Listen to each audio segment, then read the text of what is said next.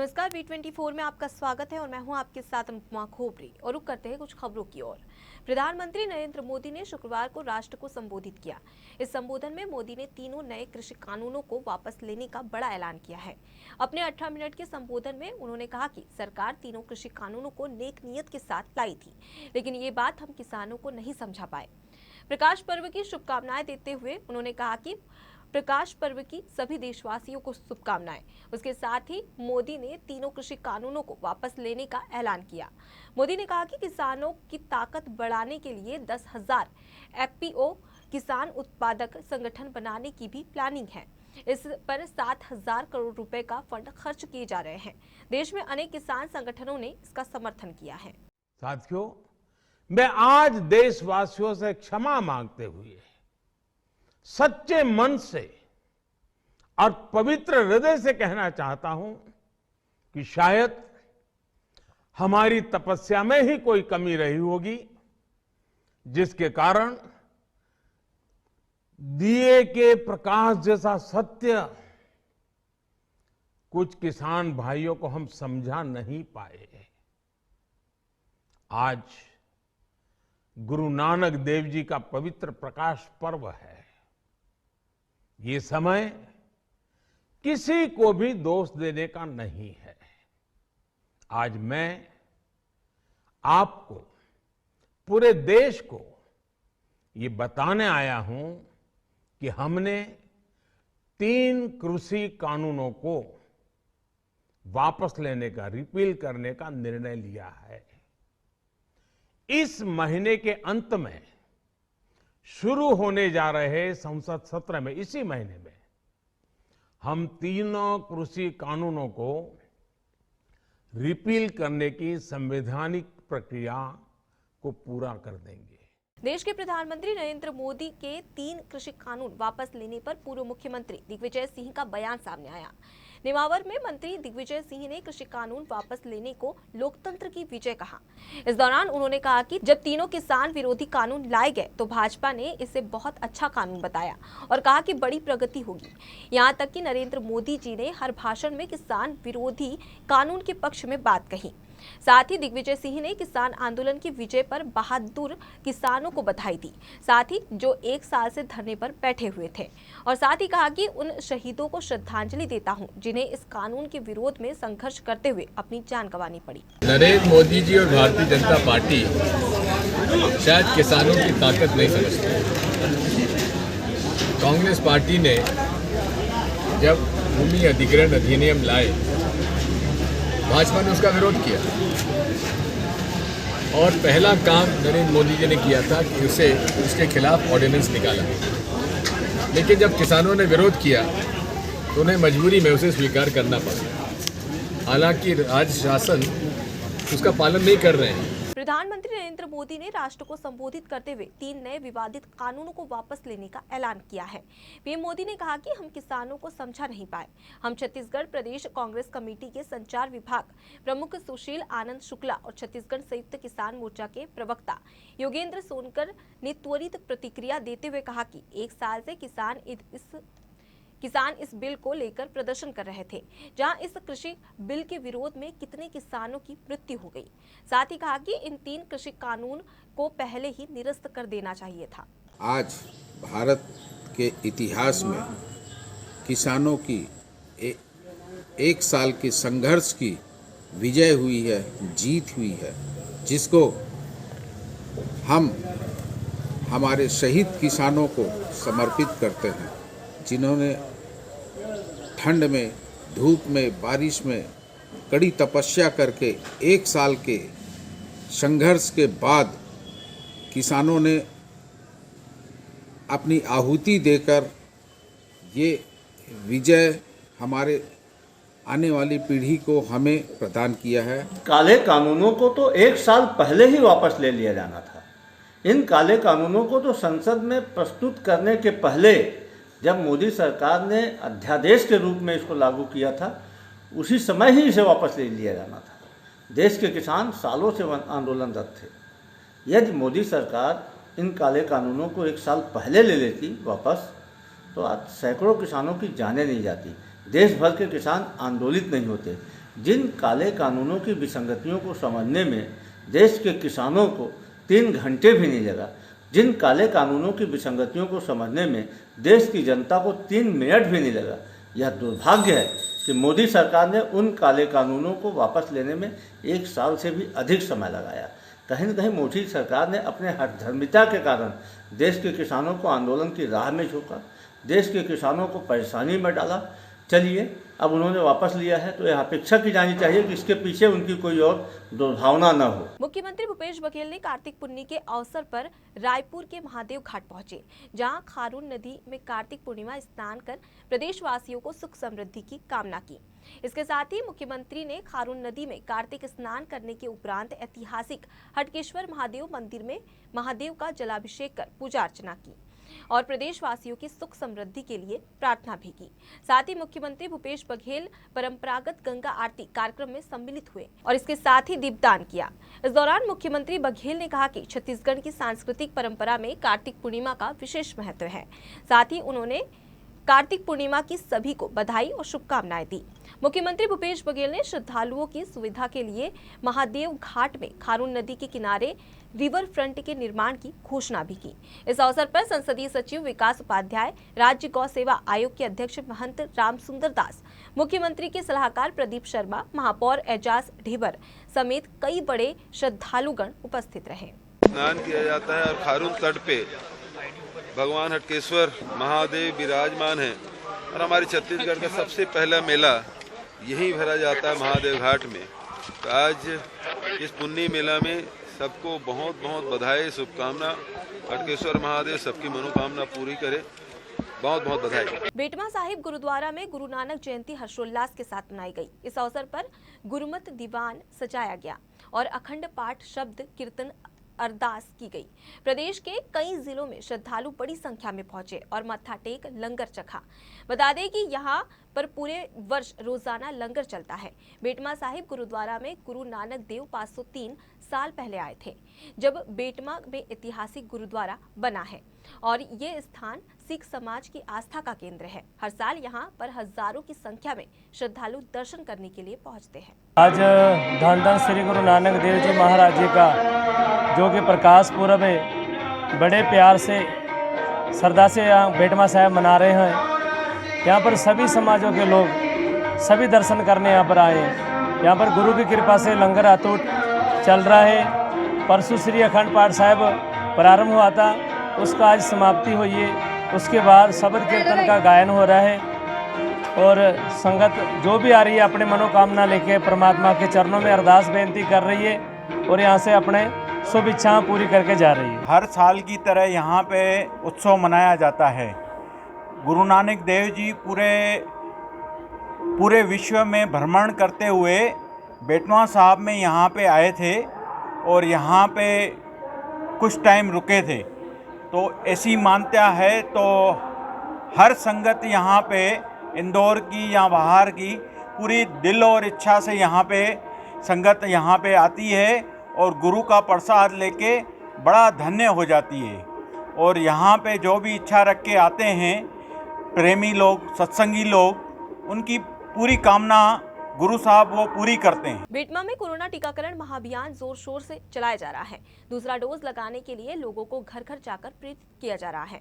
वहीं प्रशासन इस अभियान को लेकर पूरी तरह से मुस्तैद नजर आ रहा है। स्वास्थ्य विभाग की टीम के साथ आशा, आंगनवाड़ी कार्यकर्ता और नगर परिषद की टीम घर घर जाकर दस्तक दे रही है। जिन लोगों ने वैक्सीनेशन का दूसरा डोज नहीं लगवाया है, उन्हें समय पर वैक्सीनेशन करवाने के लिए कहा जा रहा है। वहीं नायब तहसीलदार Neeraj Prajapat, medical officer doctor Virendra Chaudhary, Betma सामुदायिक स्वास्थ्य केंद्र की मेडिकल ऑफिसर रेखा चौहान ने वैक्सीनेशन को लेकर नगर में जन जागरण अभियान चलाया। वहीं बेटमा नगर में दूसरे डोज की वैक्सीन 85% लोगों को लग चुकी है। कोरोना की वैक्सीन है, सभी ने वैसे बढ़ चढ़ करके काफ़ी वैक्सीनेशन में पार्टिसिपेट किया है। आम जनता ने भी काफ़ी पार्टिसिपेट किया है। फर्स्ट डोज काफ़ी लोगों ने पूरी करवा ली है। मेरा आग्रह जो उन लोगों से है जिन्होंने अभी वैक्सीन नहीं लगाई है और जो सेकंड वैक्सीन नहीं लगाए हैं, सेकंड वैक्सीन में लोग लापरवाह हो रहे हैं कि भाई एक वैक्सीन लग गई है तो हम हो गए मुक्त, कोरोना अब हमको नहीं होगा, पर ऐसा नहीं है। हमें सेकंड वैक्सीन भी लेना बहुत ज़रूरी है। तो मेरी ज़्यादा से ज़्यादा लोगों से अपील है कि जिनकी भी सेकंड डोज बची हुई है वो पूरी कराएं। कोरोना वैक्सीनेशन महाअभियान जो शासन द्वारा चलाया जा रहा है, इस उपलक्ष्य में जो है इस पूरे सप्ताह पूरे माह भर जो है महाअभियान वैक्सीनेशन निरंतर चलता रहेगा। जो बेटमा नगर में हमारे कुल मतदाता 12,000 के लगभग जो हैं, जिसके अगेंस्ट में हम कुल 11,055 के आसपास मतदाताओं को सेकेंड डोज लगा चुके हैं, जो कि तकरीब 89% तक हमने सेकेंड डोज का वैक्सीनेशन अचीव कर लिया है। इस बार जो शासन की मंशा है और शासन का जो टारगेट है वो है कि सेकेंड डोज का टारगेट हमको 100% अचीव करना है। इंदौर बैतूल नेशनल हाईवे पर नेमावर से हंडिया जा रहा बाइक सवार ट्रक में जा घुसा, जिसके कारण बाइक सवार की मौके पर ही दर्दनाक मौत हो गई। बता दें कि बाइक सवार युवक का नाम हेमंत ठाकुर है। वहीं नर्मदा नदी के बीच में ये दर्दनाक घटना हुई, जिसमें बाइक सवार ने मौके पर ही दम तोड़ दिया। घटना के बाद नेमावर पुलिस मौके पर जा पहुंची। वहीं डायल 100 से युवक के शव को सामुदायिक केंद्र भेजा गया। मध्य प्रदेश के पूर्व मुख्यमंत्री दिग्विजय सिंह नेमावर पहुंचे, जहां उन्होंने गांधी संवाद पदयात्रा में शामिल होकर यात्रा को हरी झंडी दिखाई। पूर्व मुख्यमंत्री कांग्रेस के कद्दावर नेता दिग्विजय सिंह के साथ अखिल भारतीय कांग्रेस कमेटी के मीडिया पैनलिस्ट, प्रवक्ता और भारतीय वायुसेना के पूर्व विंग कमांडर भी मौजूद रहे। नेमावर से 15 दिवसीय 275 किलोमीटर जनसंवाद पदयात्रा निकाली। इसके साथ ही इस मौके पर दिग्विजय सिंह ने कहा कि बढ़ती महंगाई का पूरे देश में कांग्रेस पार्टी जन जागरण अभियान चलाएगी। आम जनता के बीच पहुंचकर जन चौपाल के माध्यम से बढ़ती महंगाई पर चर्चा कर आम जनता को इससे अवगत कराया जाएगा। दो मुद्दे हैं। एक मुद्दा है महंगाई का, और पूरे देश में कांग्रेस पार्टी ने जन जागरण अभियान चलाया है और आम जनता के बीच में हम उन्हें वास्तविकता से अवगत कराने के लिए जा रहे हैं और उनको इसमें शामिल कर रहे हैं। हर पॉलिटिकल वर्कर से कहा गया कि 1 हफ्ते तक गाँव में, शहरों में, कस्बों में पदयात्रा करें, लोगों से संपर्क करें और किन कारणों से ये महंगाई बढ़ी है उनको बताएं। और एक बहुत स्ट्रॉन्ग मैसेज देकर आज हम ये यात्रा निकाल रहे हैं। आदरणीय विंग कमांडर अनुमा दी के नेतृत्व में ये जो जन संवाद यात्रा है, ये जनता को चेताने की यात्रा है कि इस वक्त जो सबसे बड़ा संकट है वो इस देश के संविधान पर है, इस देश के अस्तित्व पर है। माननीय प्रियंका गांधी जी ने जो 40% महिलाओं को हिस्सेदारी दी है राजनीति में, आज ये जो महिलाएं आप खड़े हुए देख रहे हैं, ये उसका हिस्सा है। हम जनता तक जाएंगे, उनसे संवाद करेंगे और जो हमारी कांग्रेस पार्टी की परिपाटी है कि उनसे चूल्हे तक का रिश्ता जो दोबारा बनना है वो हम बनाएंगे। कल हम नेमावर से चलकर खातेगांव मुकाम करेंगे, खातेगांव से चलकर कन्नौज मुकाम करेंगे और उसके बाद वो सीधा अमला से वापस सीहोर जिले में एंट्री करेंगी और 275 किलोमीटर की यात्रा पूरी करके पहला फेज पूरा करेंगे। यात्रा नेमावर से शुरू होकर कन्नौज तक और फिर अमलाहा से शुरू होकर बुधनी होते हुए और 275 किलोमीटर चलते हुए बाड़ी पर्वत होगी और इसका उद्देश्य आप देख रहे हैं, कांग्रेस का देशव्यापी जन जागरण अभियान चल रहा है। उसमें बहुत सारे ऐसे मुद्दे हैं जिसमें महंगाई, बेरोजगारी, निजीकरण और यहाँ के लोकल मुद्दे, तो उन सभी के बारे में लोगों से जानना है। और मेरा खास तौर पे ये प्रयास रहेगा कि जो लोग हैं, क्या उनका लोकतंत्र में वो पार्टिसिपेट करते हैं कि नहीं करते। यात्रा है, रैली है कि जागो, जो भाजपा पार्टी कर रही है उससे उन्होंने एक सब तरफ एक ऐसा औरा बना दिया है कि आदमी उससे निकल ही नहीं पा रहा है। जब हम देख रहे हैं परेशानी इतनी ज़्यादा है, आज किसान बहुत ज़्यादा परेशान है, खाद बीज उसको मिल नहीं रहा है, रेट उसको मिल नहीं रहे हैं। आप दिल्ली में स्थिति देख रहे हैं कि मैं समझती हूँ कि विश्व का सबसे बड़ा आंदोलन, किसान आंदोलन दिल्ली में हो रहा है। लेकिन मोदी जी हैं प्रधानमंत्री जी, एक जिम्मेदार देश के प्रधानमंत्री हैं, लेकिन वो अपनी जिम्मेदारी को बिल्कुल नहीं निभा रहे हैं, कान में रुई डाल के बैठे हैं। राजधानी रायपुर के महादेव घाट स्थित खारून नदी में हर साल की तरह इस बार भी सीएम भूपेश बघेल कार्तिक पूर्णिमा पर स्नान करने पहुंचे। इस मौके पर महादेव घाट में पुन्नी मेले का भी आयोजन कर हर साल आयोजन किया गया। वहीं विधायक और संसदीय सचिव विकास उपाध्याय ने इस आयोजन को लेकर हमारे संवाददाता से खास बातचीत की। देखिए ये रिपोर्ट। छत्तीसगढ़ शासन कैबिनेट मंत्री दर्जा प्राप्त शाकंभरी बोर्ड अध्यक्ष रामकुमार पटेल ने शक्ति प्रथम नगर आगमन पर पटेल समाज के प्रदेश अध्यक्ष प्रेम लाल पटेल के नेतृत्व में पटेल समाज के पदाधिकारी और सदस्यगण ने उनका शक्ति विश्राम गृह में भव्य स्वागत किया। इस अवसर पर राजकुमार पटेल ने समाज के सभी प्रमुख व्यक्तियों से शासन की योजनाओं के संबंध में चर्चा कर उन्हें शासन से मिलने वाली योजनाओं के संबंध में बताया। साथ ही पत्रकारों से चर्चा करते हुए उन्होंने कहा कि साग सब्जी उगाने का काम प्रमुख रूप से मरार पटेल समाज के लोग करते हैं। उनके विकास के लिए प्रदेश के मुखिया भूपेश बघेल कांग्रेस सरकार लगातार आगे बढ़ाने का कार्य कर रही है। सबसे पहले तो छत्तीसगढ़ के मुखिया भूपेश बघेल जी को बधाई। समाज की इतनी बड़ी जनसंख्या होने के बावजूद भी जो काम आज समाज के लिए किए हैं, एक बोर्ड गठन करके और उस बोर्ड में 4 सदस्य एक अध्यक्ष बनाए हैं और उस बोर्ड का कार्य है उद्यानिकी विभाग। उद्यानिकी विभाग का मेन का काम है कि लघु सीमांकित किसानों को फ़ायदा देना। बहुत सारी योजनाएं हमारे भिंडी, बरबट्टी, करेला, माने जितने जो छोटी छोटी योजनाएं हैं वो नीचे स्तर के लोगों को है, जो 5 डिसमिल, 10 डिसमिल, 20 डिसमिल सभी में लगा सकते हैं। मुख्यमंत्री बघेल के नेतृत्व में राज्य सरकार ने प्रदेश के वनवासियों को बड़ी सौगात दी है। राज्य सरकार द्वारा अब तक 17 लघु वनोपजों के समर्थन मूल्य में वृद्धि की गई है, जिसके फलस्वरूप वनवासियों को प्रतिवर्ष लगभग 502 करोड़ रुपए की अतिरिक्त आय हो रही है। इसका लाभ प्रदेश के 13 लाख से अधिक गरीब और आदिवासी लघु वनोपज संग्राहकों को मिल रहा है। इसके साथ ही राज्य सरकार ने न्यूनतम समर्थन मूल्य पर खरीदी की जाने वाली लघु वनोपजों की संख्या में 7 से बढ़ाकर 52 कर दी है। ग्वालियर के कोतवाली थाना इलाके में एक नाबालिग छात्रा के साथ दुष्कर्म का मामला सामने आया है। पीड़िता की शिकायत पर कोतवाली थाना पुलिस ने पॉक्सो एक्ट के तहत दुष्कर्म की धाराओं में मामला दर्ज कर आरोपी की तलाश शुरू कर दी है। अतिरिक्त पुलिस अधीक्षक सत्येंद्र सिंह तोमर के अनुसार पीड़ित छात्रा आरोपी से परिचित थी, जिसके चलते आरोपी ने उसे मिलने के लिए बुलाया और पीड़िता को कोल्ड ड्रिंक में नशीला पदार्थ देने के बाद उसके साथ दुष्कर्म किया। साथ ही आरोपी ने पीड़िता को जान से मारने की धमकी भी दी। मामला दर्ज कर पुलिस आरोपी की तलाश में जुट गई है।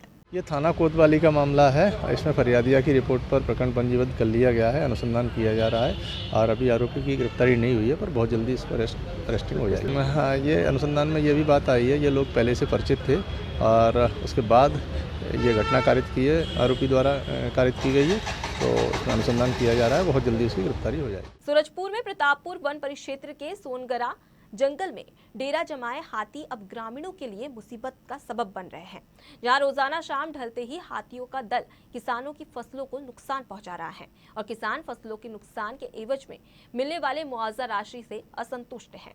बता दें कि दर्जन भर हाथियों का एक दल सोनगरा जंगल में बीते 10 दिनों से विचरण कर रहा है। वहीं वन अमला ग्रामीणों को हाथियों से दूर रहने के लिए मुनादी तो कर रहा है, लेकिन नुकसान हुए फसल की मुआवजे की राशि से नाखुश हैं। ऐसे में किसान शासन से फसलों के मुआवजे की राशि बढ़ाने की मांग कर रहे हैं। काफी किसानों की धान की फसल, गन्ना की फसल को भी नुकसान हो रहे हैं। साथ ही इस क्षेत्र में जितने हमारे ग्रामीण हैं सभी हाथियों से दिन रात भयभीत रहते हैं, कभी भी बड़ी दुर्घटना हो सकती है। हाथी बनारस मुख्य मार्ग के आसपास भी भ्रमण करते हैं, जिससे हमारे ग्रामीणों के साथ साथ हम लोगों को सभी का जीवन यापन कठिन हो गया है। शासन द्वारा जो मुआवजा निर्धारित किया गया है फसलों का, वो भी अत्यंत कम है, जिस कारण से हाथी और मानव द्वंद की स्थिति निर्मित होती है।